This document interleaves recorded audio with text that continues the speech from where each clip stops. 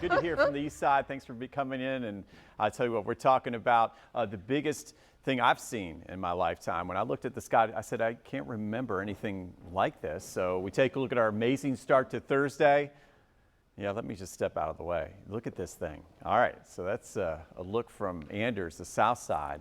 Unbelievable, right? So we had a SpaceX launch this morning, a very dramatic launch, and it was just the perfect timing, okay? Perfect timing of science and that sunlight really reflecting that exhaust and just loving your pictures. So Matthew's sending this in, what we call noctilucent or jellyfish clouds. So everybody's saying, what's that in the sky? Well, we're talking about the rocket launch. We had it live here on First Coast News and Good Morning Jacksonville. And basically you got the high altitude clouds that formed at 40 to 50 miles high, not the typical 4 to 5 miles high that we a lot of times see this time of year. And then that allowed the sunlight to illuminate the clouds. And usually you find these type of glowing noctilucent clouds in the Arctic where the polar bears live. But for us, yeah, we didn't have to go to the Arctic this morning. It was quite a treat. Rare clouds in the sky. And this morning, rare air when it comes to the heat. You ready? Okay, ready or not, here we go. 79 Fernandina, 77 Jacksonville, feeling like 85 right now already at Jacksonville Naval Air Station. You can make out the big heat dome still in place.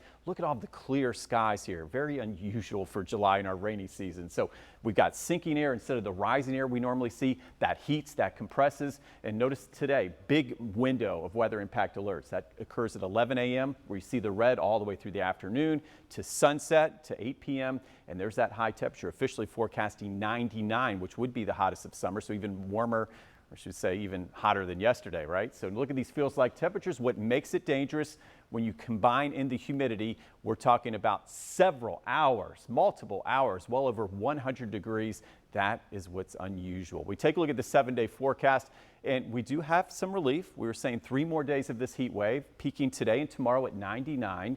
All right, more weather impact alerts, 98 Saturday, but notice we will have some cooling showers and storms in the afternoon. That's one change, but Sunday's the day. Back to normal, 92 degrees with showers and storms likely in the afternoon and more beneficial rain we'll talk about coming up next week. So much so that we'll have highs only in the mid to upper 80s.